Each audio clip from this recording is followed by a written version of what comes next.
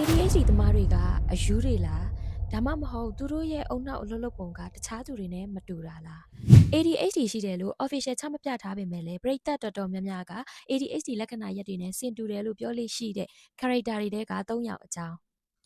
One Piece ရဲ့ Monkey D. Luffy Demon Slayer ရဲ့ Hashibita Inosuke Finding Nemo ရဲ့ Dory